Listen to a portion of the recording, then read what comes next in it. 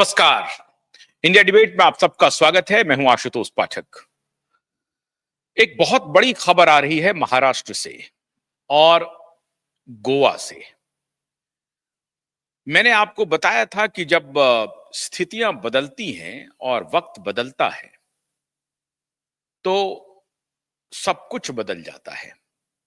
और ऐसा लग रहा है कि सुशांत और दिशा को न्याय मिलने को लेकर के जो वक्त में बदलाव हो रहा है उसका असर अब साफ साफ दिखने लगा है। आज दिल्ली में राजनीति का माहौल है, लेकिन मेरी उस पर कोई दिलचस्पी नहीं है, क्योंकि वो एक स्पष्ट मतदान है और उस पर जिनको जीतना है वो जीतेंगे। हमारी नजर लगातार उन मुद्दों पर बनी हुई है जो न्याय का विषय है, जो सत्य का विषय है, और उसकी लड़ाई में ही हम खुद को झोंके हुए हैं। तो हमें जो खबर आ रही है वो इतनी इंपॉर्टेंट खबर है जिसे आप सुन करके हिल जाएंगे। जो लोग आज तक रिया चक्रवर्ती को मदद कर रहे थे बैकडोर से, पिछले दरवाजे से, और रिया चक्रवर्ती भी एक्सप्लॉइट कर रही थी, संभवतः ब्लैकमेल कर रही थी। रिया चक्रवर्ती उस समूह को ब्लैकमेल आज भी करने की कोशिश कर रही है और कर भी रही थी कि अगर मैं जेल गई तो किसी को नहीं छोड़ूंगी। आपको याद होगा यह स्टेटमेंट वो लगातार दे रही थी। और खास तौर से हम जैसे पत्रकारों पर तो वो बहुत ही हमलावर हैं। उनके जो गुडी गुडी पत्रकार हैं, राजदीप सरदेसाई जैसे पत्रकार, जिनको कि अभी केस में घसीटा गया है और उनको आना पड़ेगा, उनके खिलाफ भी नोटिस सर्व होने वाला है। वो जिस समूह में वो काम कर रहे हैं उस समूह को भी और राजदीप सरदेसाई को भी।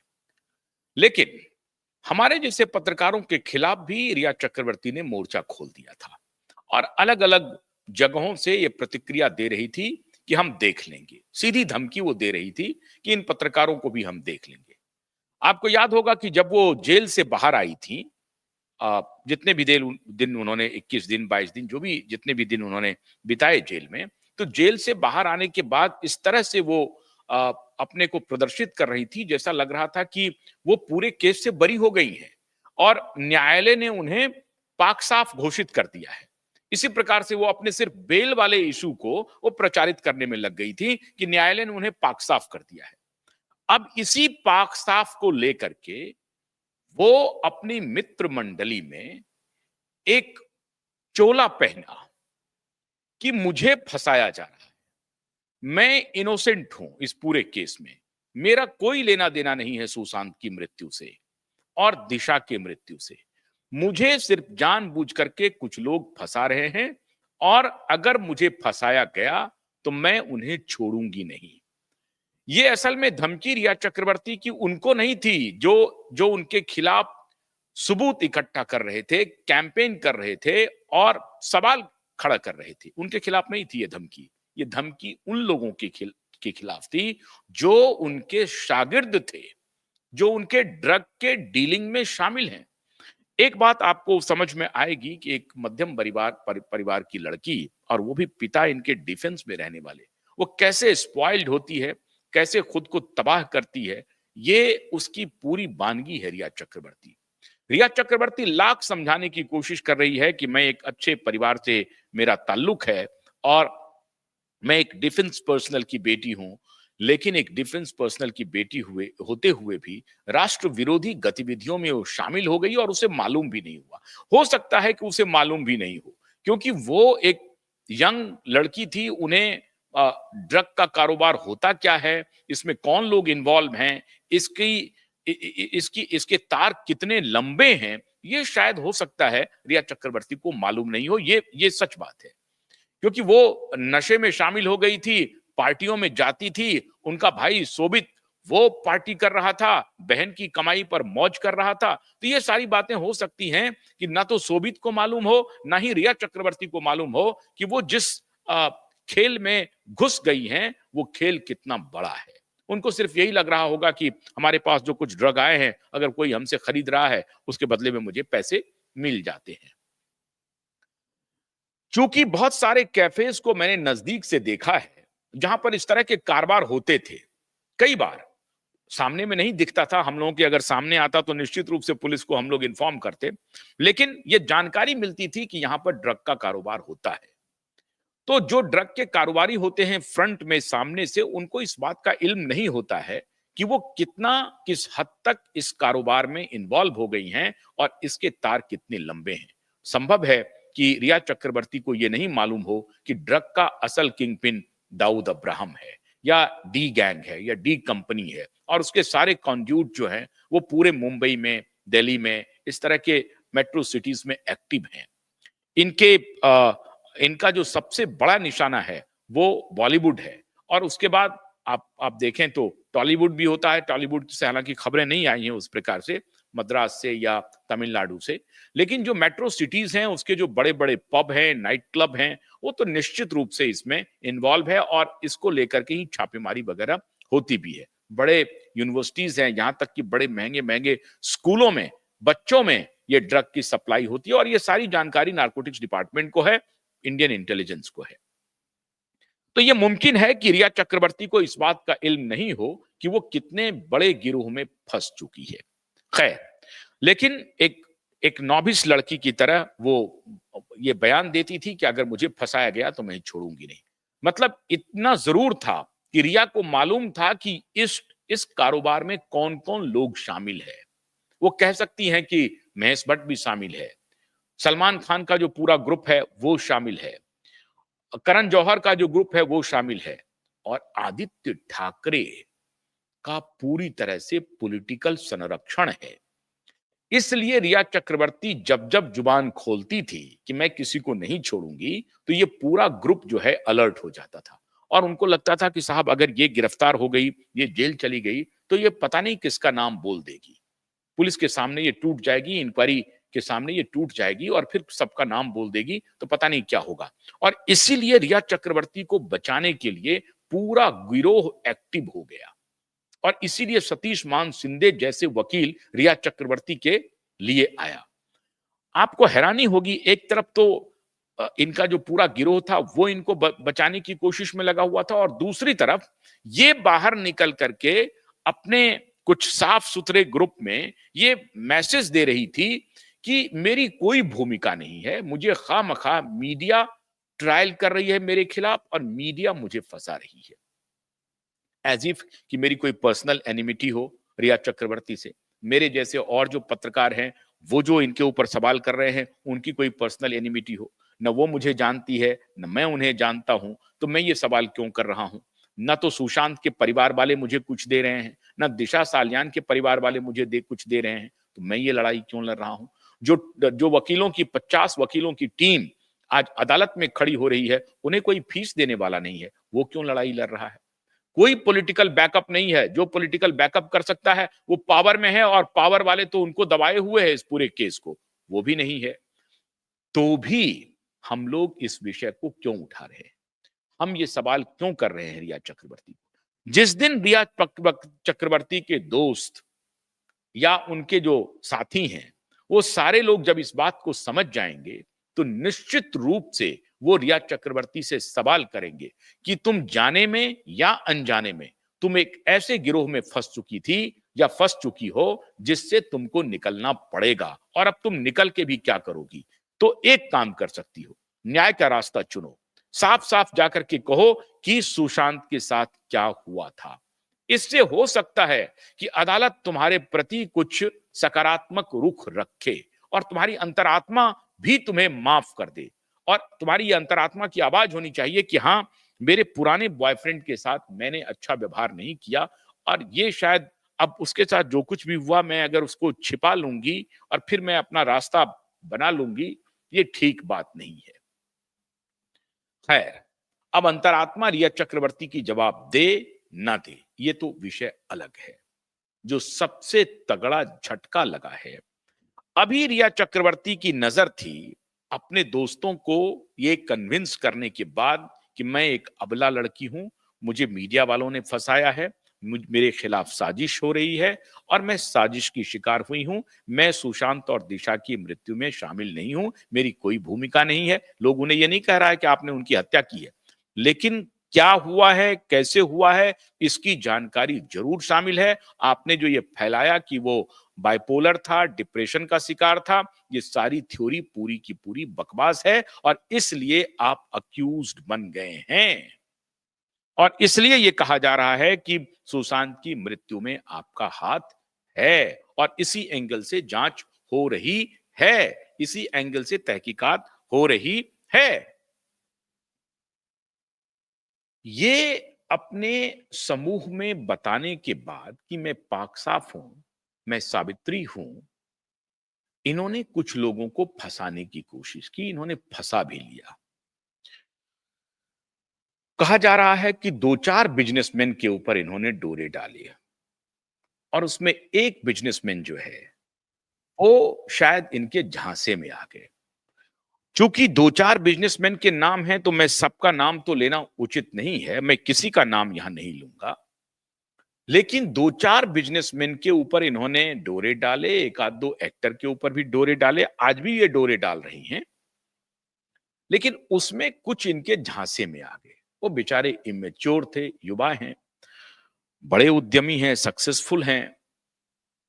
तो उनको लगा कि शायद रिया इनोसेंट है और रिया सही बोल रही है और उन्होंने रिया की बात पर यकीन करना शुरू कर दिया और उनको लगा कि ये जितने पत्रकार हैं, ये पत्रकार बहुत दुष्ट होते हैं, पत्रकार बहुत क्रूर होते हैं और ये उनकी क्रूरता की निशानी है कि पत्रकार अपनी दुष्टता, अपनी क्रूरता की वजह से रिया चक्रवर्ती के खिलाफ स्मीयर कैंपेन कर रहे हैं।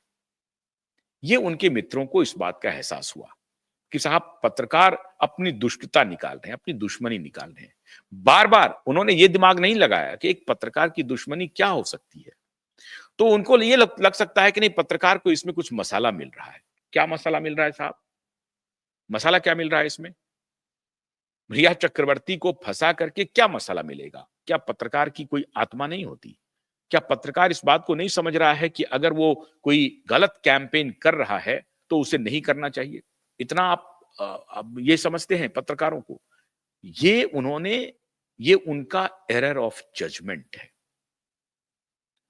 मिसकैलकुलेशन है। उन्होंने कैलकुलेशन गलत कर लिया और उन जिनके ऊपर उनको सवाल उठाना चाहिए, उनके ऊपर सवाल ना उठा करके पता चला कि पत्रकारों के ऊपर ही सवाल उठाने लगे। पत्रकारों को ही कटघरे में खड़ा कर दिया। ऐसा लगा कि पत्रकार उनके दुश्मन हैं। अब जितने व्यवसायी हैं, उन व्यवसायी से पत्रकारों का कोई मिलना-जुलना नहीं है, ना वो उनको जानते हैं, ना पत्रकार उनको जानते हैं। कोई दुश्मनी नहीं है साहब, वो तो सफल बिजनेसमैन हैं और अगर बिजनेसमैन की सराहना कर देंगे, उनके खिलाफ कुछ नहीं बोलेंगे, तो हो सकता है कि बिजनेसमैन उनको कुछ मदद कर दे, अगर पत्रकारों को यही लगा हो। हमारे जैसे पत्रकार हालांकि इस विषय में कोई उनकी कोई दिलचस्पी नहीं है, कौन मदद करता है, कौन नहीं करता है। हम तो अपनी शर्तों पर पत्रकारिता कर रहे हैं और बड़े से बड़े धन्ना सेठ को मैं कौड़ियों की इज्जत देता हूं, कौड़ियों की इज्जत। बड़े से बड़े धन्ना सेठ, मेरे लिए कुछ नहीं है धन्ना सेठ। मैं उसूल की लड़ाई लड़ रहा हूं, मैं सत्य की लड़ाई लड़ रहा हूं, न्याय की लड़ाई लड़ रहा हूं और अपनी शर्तों पर लड़ रहा हूं और जब तक हमारी ताकत है, हम लड़ते रहेंगे। और मैं फिर आपको कह रहा हूं, बड़े से बड़े बिलियनर, बड़े से बड़े धन्ना सेठ, मैं उन्हें कोई सम्मान नहीं देता हूं, इसलिए कि वो मुझे हेल्प करेंगे, मुझे आर्थिक मदद करेंगे या मुझे उनसे कोई आर्थिक मदद चाहिए। तो पहली बात तो ये है कि ये ख्याल जो भी मिलियनेयर बिलियनेयर हैं, वो अपने दिमाग से हटा ले कि मैं किसी इस भाव से ये इस मुद्दे को लड़ रहा हूं, इस विषय को उठाया हुआ हूं कि मुझे ये लोग कभी मदद कर देंगे आर्थिक रूप से, मुझे कोई जरूरत नहीं है इनके आर्थिक मदद की। अपनी शर्तों पर मैं पत्रकारिता करता हूं, आगे भी करूंगा। तो मुझे इनसे कोई आर्थिक मदद की आवश्यकता नहीं है। ईश्वर की दया से सब कुछ ठीक चल रहा है, आगे भी ईश्वर चलाएंगे। तो इनसे हमें कोई आर्थिक मदद की आवश्यकता नहीं है। पहली क्लैरिटी तो ये बात बिल्कुल स्पष्ट हो जानी चाहिए। तो इनके सामने कोई चाकरी करेगा या ये बिलियनर मिलियनर के सामने कोई अपना घुटने टेक देगा, तो ये गलतफहमी हटा लें। एक बार और ध्यान रहे, जब मैंने अभी अटैक करना शुरू किया था कुछ भ्रष्टाचार प्रवृत्ति पर, तो हमारे ऊपर साइबर अटैक हुआ साइबर अटैक हुआ, लेकिन वो हमारा कुछ बिगाड़ नहीं सके। और मैंने उनको खुली चुनौती दी थी कि जितनी ताकत है, मेरे खिलाफ काम करके देख लो। मैं तो सत्य के साथ खड़ा हूं, न्याय की लड़ाई लड़ रहा हूं। तुम्हारी जितनी ताकत है, अपनी पूरी ताकत आजमा लो। आजमा लो, प्रधानमंत्री से आजमा लो और चीफ जस्टिस से आजमा लो। देखते हैं तुम्हारी कितनी ताकत है। हम तो डिगे नहीं, साइबर अटैक किया, करवाया। अब उसने करवाया, किसी और ने करवाया, गॉड नोज, मुझे नहीं मालूम। हो सकता है, लेकिन हमारे ऊपर साइबर अटैक हुआ। 7 दिन तक हमारा अकाउंट हैक रहा। हम आपके सामने लेकिन मुखरता से आते रहे और हमारे इस नेटवर्क पे उनका कोई दखल नहीं हो सका। वो हमारे यूट्यूब नेटवर्क को हैक नहीं कर सका। खैर, आगे भी करेंगे वो, उनकी प्रवृत्ति है, वो लोग आगे करेंगे। हमने बहुत दुश्मनी मोल ली है, लेकिन दुश्मनी अपने लिए मोल नहीं ली है। दुश्मनी मोल ली है एक ऐसे विचार के लिए, एक ऐसे सिद्धांत के लिए जिसे मुझे लगता है कि अगर मैं नहीं लूंगा तो कौन लेगा। इस विचार से मैं सोचता हूं और इसलिए मैंने ये दुश्मनी मोल ली है। तो सवाल कहानी ये हुई है कि यकायक इनके मित्र को, इनके दोस्तों को लगा कि रिया चक्रवर्ती जो कुछ भी बोल रही है ना, उसकी जांच करनी चाहिए और मुझे अपने कान और नाक खोलने चाहिए। उन्होंने लगता है कि शायद अपने कान नाक खोल लिए हैं। एक बिजनेसमैन मित्र हैं इनके, जो आजकल गोवा शिफ्ट हुए हैं और गोवा में बहुत ही मशहूर महंगा महंगा उन्होंने आलीशान बंगला खरीदा है। और रिया चक्रवर्ती, आपको याद होगा कि सुशांत सिंह को रिया सलाह दे रही थी कि अगर तुम्हें मुंबई में मन नहीं लग रहा है, मुंबई छोड़ना है, तो सबसे माकूल जगह है गोवा। तो इन्होंने अपने नए दोस्त को भी समझाया कि सबसे माकूल जगह है गोवा, गोवा चलते हैं। हो सकता है कि इनके समझाइश पे, ऐसा नहीं है कि इनके ही समझाने पर वो दोस्त गोवा गए होंगे, उनके पास भी अपनी बुद्धि है, अपना अकल है, तो वो गए होंगे गोवा। खरीदा, ये सोच रही थी साहब कि उनको बहला करके, फुसला करके इतना मकान खरीदवा लेंगे और फिर धीरे धीरे धीरे धीरे धीरे धीरे उस प्रॉपर्टी पे, जैसे उन्होंने सुशांत को कब्जे में लिया था, वैसे ही इस सज्जन को भी कब्जे में ले लेंगे। मैं मैं कह रहा हूं, इशारे में आप सब जान जाएंगे, मुझे नाम लेने की जरूरत नहीं है। मैं नाम लेने से इसलिए बच रहा हूं क्योंकि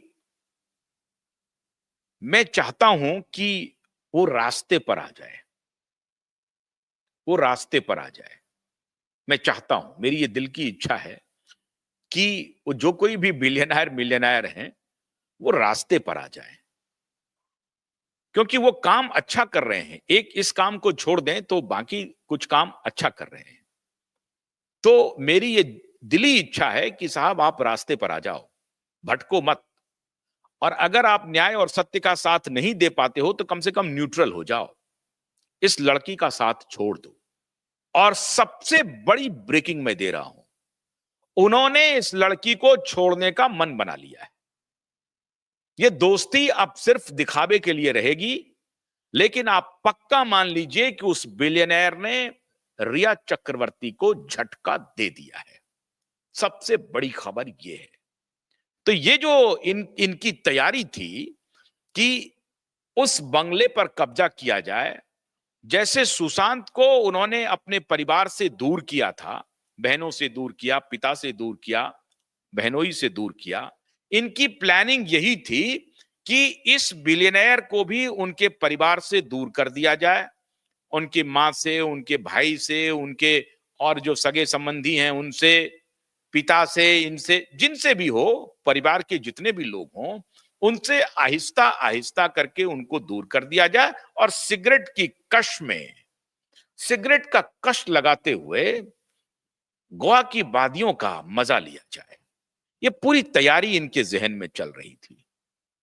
तो इस बार क्या था कि बेचारे सुशांत तो एक्टर थे, बड़े संवेदनशील थे।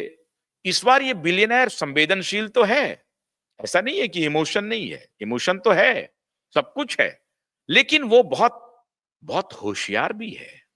उनको ये मालूम है कि साहब इनके साथ कब तक चलना है, हमारी लक्ष्मण रेखा क्या है। अभी तक तो ये अपना नैरेटिव फैला रही थी कि लोग मुझे फंसा रहे हैं, मेरी कोई भूमिका नहीं है। लेकिन जैसे ही अदालत में ये हियरिंग शुरू हुई और राजनीतिक हलकों से उस बिलियनर को फिलर मिलना शुरू हो गया कि इस गलतफहमी में मत रहना कि मैं तुम्हारी मदद करने वाला हूं।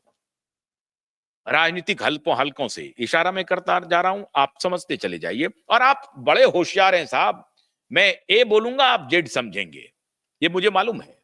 तो राजनीतिक हलकों ने कहा कि साहब ऐसा है कि दिशा और सुशांत के केस में जो कुछ भी होगा उसका तोहमत मैं अपने माथे पर नहीं लेने वाला हूं, कि मैं किसी के खिलाफ कोई इंक्वायरी करवा रहा हूं और मैं ये पॉलिटिकल वेंडेटा का मामला है। तो मैं इसे बहुत ही सफाई से अदालत और जांच एजेंसी तक ही सीमित रख रहा हूं। मतलब अगर पॉलिटिशियन को कोई ये आरोप लगाएगा कि मेरे खिलाफ पॉलिटिकल वेंडेटा से ये काम कर रहे हैं, तो पॉलिटिशियन जवाब देंगे कि नहीं साहब, मेरी इसमें कोई भूमिका नहीं है, ये तो हाईकोर्ट का ऑब्जर्वेशन है, जांच एजेंसी का ऑब्जर्वेशन है। जांच एजेंसी जो कहेगी, अदालत उसको जो मानेगी या नहीं मानेगी, ये अदालत का काम है, मेरी क्या भूमिका है। तो राजनीतिक पार्टियों ने अपना पल्ला झाड़ना शुरू हो गया कर दिया।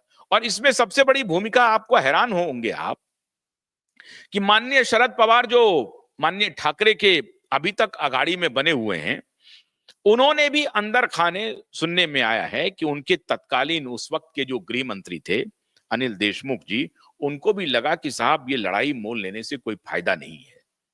तो अनिल देशमुख ने कहा कि मैं दूसरे के झंझट में अपना पैर क्यों फंसाऊं, अपना नुकसान क्यों करूं, ये काम मुझे नहीं करना है।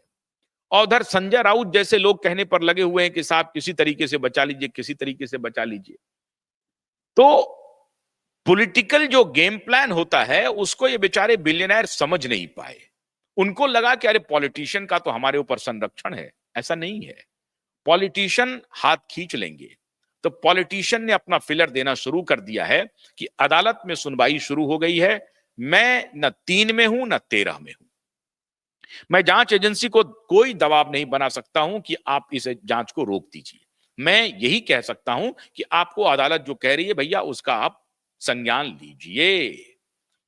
तो अदालत की 2 हियरिंग के बाद ही यह खबर आने लगी कि माननीय बिलियनर साहब जो हैं, उनको पहले से ही थोड़ा सा मन मस्तिष्क वो बनाने लगे थे कि साहब इनके साथ मेरी जगहसाई हो रही है।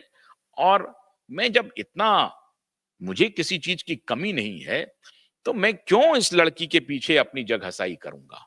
और सारे लोग यही सोच रहे थे कि आखिर इसमें क्या है, जो मर्डर केस में अक्यूज्ड है,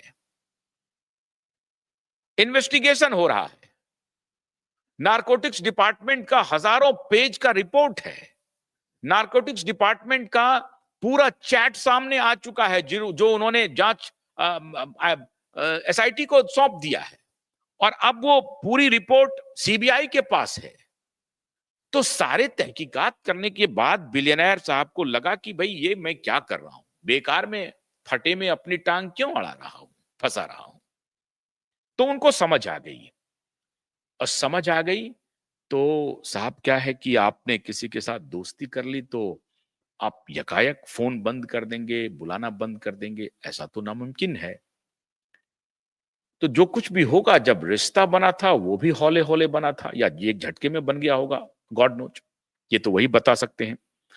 लेकिन अब वो रिश्ता हौले हौले हौले हौले दूर होता जा रहा है, टूटता जा रहा है। अब इस रिश्ते में वो गर्माहट नहीं है जो आज से 5-7 महीने पहले थी। और गर्माहट इस तरह से चल रही थी कि लीक किया जा रहा था खबरों को कि ये बिलियनर के साथ शादी करने जा रही हैं, पॉडकास्ट कर रही थी, अपनी ब्रांडिंग कर रही थी आमिर खान को बुला करके, और ये सब में वो बिलियनर साहब इनको मदद कर रहे थे। आमिर खान को बुला करके, सुष्मिता सेन को बुला करके अपनी ब्रांडिंग में लगी हुई थी मोहतरमा। लेकिन बिलियनर को जल्दी समझ में आ गया कि ये मामला बहुत पेचीदा हो सकता है, और हमको अगर देश दुनिया में अपनी इज्जत बरकरार रखनी है, अपने बिजनेस को चलाना है, तो इस रास्ते से हमको हटना पड़ेगा। और हमें लड़कियों की कोई कमी नहीं है, खूबसूरत लड़कियां हमें हजारों मिल जाएंगी, एक खोजेंगे तो 1000 मिल जाएंगी। तो बिलियनर साहब को लग गया कि साहब इनके साथ लंबे समय तक चलना और दोस्ती का निर्वाह करना खतरे से खाली नहीं है।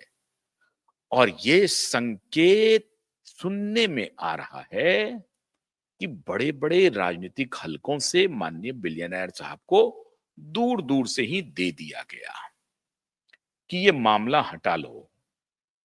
अब अपना पैर पीछे खींच लो, नहीं तो सुशांत वाली स्थिति तुम्हारी भी हो जाएगी। तुमको भी कुछ दिन के बाद बाइपोलर डिक्लेयर कर दिया जाएगा, डिप्रेशन का शिकार बना दिया जाएगा और तुम बुरी तरह से फंसोगे। वो बिलियनर और भी जगह कई जगह पर फंसे हुए हैं, उस पर भी मैं उनको राय दे चुका हूं कि भैया उस गैंग का रास्ता छोड़ो, उस गैंग के खिलाफ तो अमेरिका में इंक्वायरी शुरू हो गई है। और ये जो भारत के कुछ लोग हैं वो सैम ऑल्टमैन के साथ मिल लिए, मुझे हैरानी है वो माननीय मिनिस्टर साहब को, उनको पता नहीं है कि एलन मस्क और सैम ऑल्टमैन में अभी पट नहीं रहा है। और अभी एलन मस्क जो बोलेंगे वही पूरी दुनिया में होगा। अभी जो आरएफके बोलेंगे वही पूरी दुनिया में होगा। Robert F Kennedy, John F Kennedy के भतीजे, रॉबर्ट एफ कैनेडी सीनियर के बेटे। अभी जो जय भट्टाचार्य बोलेंगे, डॉक्टर असीम मल्होत्रा बोलेंगे, वही होगा।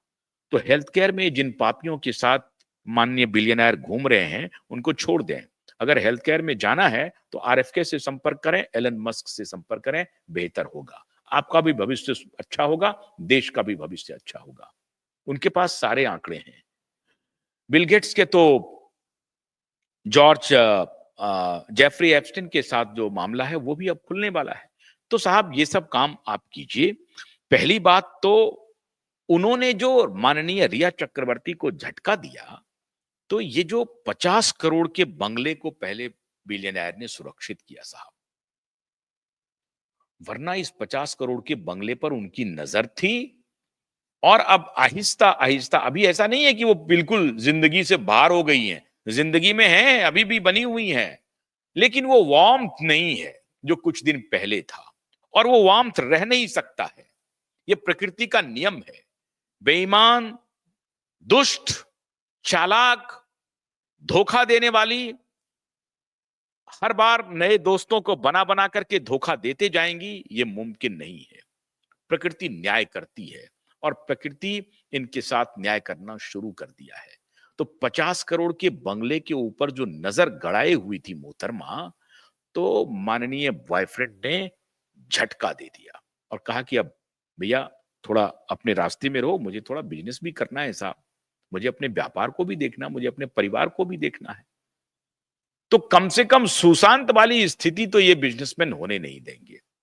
ये बहुत होशियार हैं और होशियारी से काम करेंगे। हमारी शुभकामना है कि भगवान करे उनको होशियारी, उनका दिमाग कुछ खुले, उनकी क्रिटिकल थिंकिंग खुले कि पूरी दुनिया उनका दुश्मन नहीं है। पूरी दुनिया रिया चक्रवर्ती के बारे में अगर बोल रही है तो पूरी दुनिया पागल नहीं है। कुछ दलाल पत्रकारों को, राजदीप सरदेसाई जैसे पत्रकारों को छोड़ करके पूरी दुनिया पागल नहीं है। आज करोड़ों लोग, आप सर्वे उठा करके देख लीजिए, करोड़ों लोग, मुझे जो फोन आते हैं, रोते हुए लोगों के फोन आते हैं, रोते हुए, कि सुशांत की हत्या इन लोगों ने की है। तो सबसे अच्छी बात यह हुई कि माननीय बिलियनर साहब जो हैं, उनके जहन में इस महिला के प्रति, इस लड़की के प्रति असली तस्वीर उभर आई है। अब वो धीरे धीरे जो धुंधली तस्वीर है वो साफ हो जाएगी। जैसे जैसे अदालत की कार्रवाई बढ़ेगी, जैसे जैसे सीबीआई और एसआईटी की कार्रवाई बढ़ेगी, माननीय बिलियनर अपने को रास्ता उन बदल लेंगे। और फिर गोवा में बहुत सारे बीच हैं, तो अभी जिस बीच पे जाते होंगे किसी और बीच पे चले जाएंगे। नॉर्थ गोवा से साउथ, साउथ में है तो नॉर्थ, रास्ता बदल लेंगे वो। तो ये बदलने की कवायद शुरू हो गई। 50 करोड़ के बंगले पर नजर का कोई मतलब नहीं रहा। जोर का झटका धीरे से लग गया है साहब, जोर का झटका धीरे से। मोहतरमा को मैं आज भी सलाह दे रहा हूं, अपनी अंतरात्मा की आवाज को पहचानो। सुशांत के लिए न्याय करने के लिए जो भी सही स्टेटमेंट है वो दो, वरना खुद को बचा नहीं पाओगी। अगर सुशांत को तुमने न्याय दिला दिया तो तुम भी बच पाओगी, निश्चित रूप से बच पाओगी, ईश्वर तुम्हारी मदद करेंगे। लेकिन अगर इस सुशांत के खिलाफ या दिशा के खिलाफ आप जो गलत काम हुआ है उसके भी खिलाफ तुम खड़ी हो जाओगे, उसको तुम समर्थन करोगे, तो ईश्वर तुम्हें न्याय देंगे, ऐसी कल्पना तो पालो मत। ईश्वर का न्याय होना शुरू हो गया है। माननीय बिलियनर साहब मन ही मन समझ रहे हैं, मन ही मन झटका दे रहे हैं, सारी चीज़ों पर वो भी नज़र बनाए हुए हैं, उनको भी लग रहा है कि साहब सही क्या है, सही गलत क्या है, इतने लोग बोल रहे हैं, तो वो हमारे दुश्मन तो हैं नहीं, क्यों बोलेंगे ऐसा? ना तो वो रिया के दुश्मन हैं, ना वो मेरे दुश्मन हैं, फिर वो ऐसी बात क्यों कह रहे हैं? इसलिए कह रहे हैं कि इसमें जो बड़ा फॉल्ट लाइन है, इतना बड़ा क्रूर, कोल्ड ब्लडेड मर्डर हुआ है, उसको लेकर के हम लोग चुप रहने वाले नहीं हैं और न्याय की आखिरी लड़ाई लड़ते रहेंगे। झटका मिल गया रिया चक्रवर्ती को। बहुत-बहुत शुक्रिया। नमस्कार।